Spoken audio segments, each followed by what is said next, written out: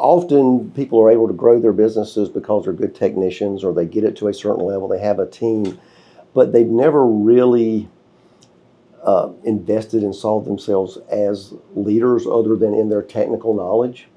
But what happens is you can only go so far without being able to, people are following you, but you're really going to grow when you develop other leaders. But first of all, they're going to follow you more and be much more motivated on a few key areas. The biggest thing I observed with the owners I work with, this had the biggest change and the biggest impact, because they often, how do I motivate my team, or why aren't they motivated, or they just seem to be going through the day-to-day operations. I will tell you that the single biggest thing that I've seen is like lightning through a company is when that owner really starts changing themselves. When they start growing in areas and putting themselves in uncomfortable positions, they notice. The funny secret is most of these owners think that they don't know the areas that you struggle with, that your staff and your employees don't know things you're really kind of bad at or are good at.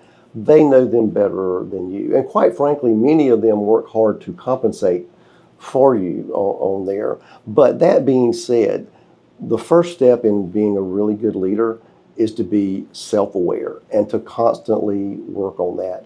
And yeah, one way to do that is to get a behavioral assessment. People call them personality tests. There's no such thing as a personality test. You can't test personalities, but you can test observable behaviors and how you react to things. And everyone, and I encourage folks to do that for their staff, at least their leaders. But first of all, you've got to do it for yourself. Why is this important? Because you've got gaps, you've got blind spots. And, many of the leaders that had the biggest change are folks that are very high-driven, problem-solving, steamrolling type folks, and they can be very abrupt because they're in the mission, they're in the moment, and they really don't listen well, quite frankly, to people. They don't stop, or more importantly, they don't schedule time to sit down and talk and listen to folks on their team. So once they realize I'm going to be a better listener, I am going to communicate with folks in a different way that maybe need for me to come across in a little bit different way, because it gets the communication across.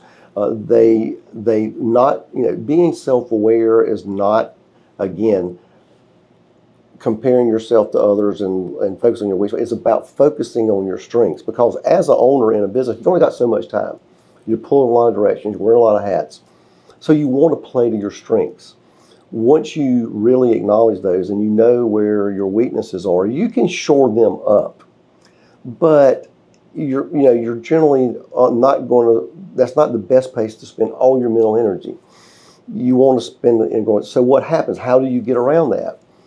Well, you acknowledge that you work, but then you look for ways to close the gap for people on your staff who are good at those areas. I mean, personally, in a personal story in that, in my printing business, we were changing to digital technology from old technology. It was just always a lot going on. I was involved in sales and development. I would come into those companies sometimes and just blow through, a couple of things happen. Two things. One is they would often ask me questions. Lee, can you check on this thing for payroll for me? Or what about our vacation date? Are we going to be closed on this? Or I want to, take this off, or I'd like to go to this conference, or can you check, what about this vendor? And my intention at that moment was, yes, I will going to take care of that for you. But I really just, it just goes out in my mind and out my mind 10 minutes later. And then they usually have to ask me 3 times. And finally, you know what? They had enough other positive. They just learned that they were going to ask me 3 times, and then I would get it done. I'd be embarrassed enough at that point. Well, we had someone come on. Actually, it was my wife who came in to help with some of the bookkeeping. Turned out she was very good at it and very efficient. But you know, she just served people in a way that was more action, not verbal, and they could say anything and she'd take care of it. Actually, she'd even take care of things that before they even asked it because she just saw that was needed. So, man, that changed a lot of things in the company. But what I learned from that is, wow, if I'm struggling in an area, I need somebody who can close the gap for me. So what are areas you're strong? What are areas you're weak that you need someone to help close the gap? But then back to how does that translate to motivation? When they see you as a little transparent, they see you as being comfortable, they see you as change. I've seen companies just totally ignite from donor just doing, and maybe it was just the fact that the owner's gotten some coaching from myself or they're part of a board. You know, I did have one member that was brand new on our peer advisory board. He has only been on there for 90 days, and they lost a client that was a third of their business. So his thought process, I've got to cut back some money. I've got to cut some things. He was going to step away from the board and the coaching. His staff told him, don't do that.